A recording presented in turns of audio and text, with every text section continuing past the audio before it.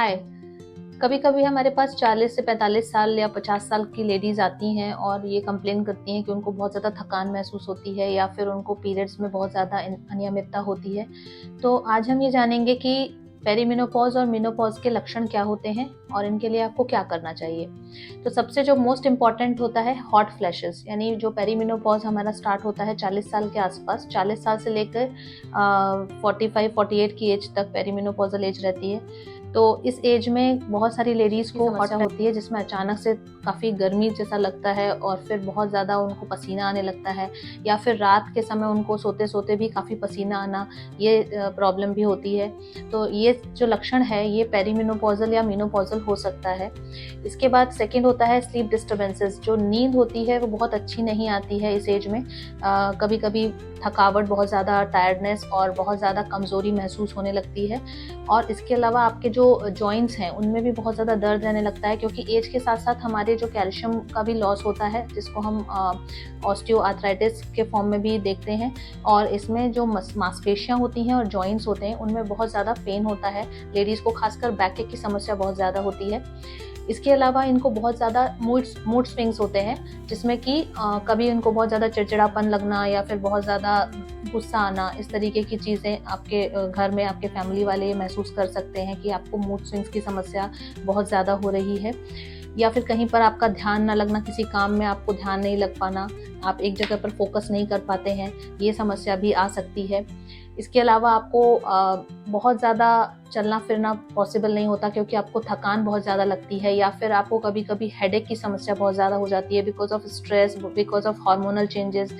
या बहुत सारी लेडीज़ में ये देखने को मिलता है कि उनके जो पीरियड्स हैं वो बहुत ज़्यादा इरेगुलर हो जाते हैं, या तो वो जल्दी जल्दी आने लगते हैं या फिर वो बहुत लंबे समय के लिए रहते हैं, बहुत ज़्यादा ब्लीडिंग होने लगती है।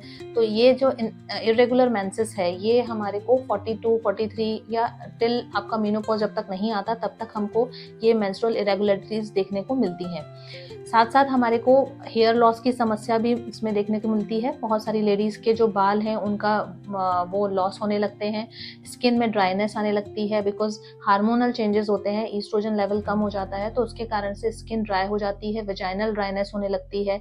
जब लेडीज़ का सेक्सुअल कॉन्टैक्ट के टाइम पे उनको पेन होता है, क्योंकि उसमें सूखापन आ जाता है। तो ये जितनी भी लक्षण हैं ये अगर आपको महसूस हो रहे हैं और आपकी एज अगर 40, 45 या 50 के आसपास है तो ये पेरीमेनोपॉजल और मेनोपॉजल लक्षण हो सकते हैं। जो मेनोपॉज की एज है वो लगभग हमारे 45 से लेके 55 के बीच में होती है। तो इस बीच में कभी भी आपका पीरियड्स बंद हो सकता है। तो इस सब के लिए अगर आपको ऐसे सिम्टम्स हैं तो आपको अपने तुरंत चिकित्सक के पास जाकर के परामर्श लेना चाहिए। साथ साथ आपको कुछ मेडिकेशंस लेनी चाहिए जो आपके डॉक्टर से कंसल्ट करके ले सकते हैं, कैल्शियम, आयरन वगैरह। और साथ में कुछ हार्मोनल मेडिसिन भी होती हैं। अगर आपको बहुत ज़्यादा हार्मोनल डिस्टर्बेंसेस हैं या पीरियड्स इरेगुलर हैं तो उसके लिए भी आप हार्मोनल मेडिकेशंस ले सकते हैं। सबसे इम्पोर्टेंट है आप अपने मन को शांत रखें, जो कि आप योगा और ध्यान, जो प्राणायाम होता है उससे कर सकते हैं, जिससे आपको अपने दिमाग को स्ट्रेस से कम करने के लिए और आपका जो फोकस है वो बढ़ाने में हेल्प मिलेगी। और इसके अलावा आप अपना जो भी खाना पीना है, जिसमें कि बहुत जैसे कि सोया है या फिर इस तरीके की चीज़ें हैं जिसमें कि आपके हार्मोनल जो लेवल है वो नॉर्मल रहें, इस तरीके की डाइट है, सीड्स, नट्स, प्रोटीन्स, ये सब अपनी डाइट में शामिल करें। साथ में अपना हाइड्रेशन भी पर्याप्त रखें, पानी पर्याप्त मात्रा में पिएं, जिससे कि आपकी ड्राइनेस थोड़ी कम हो। धन्यवाद।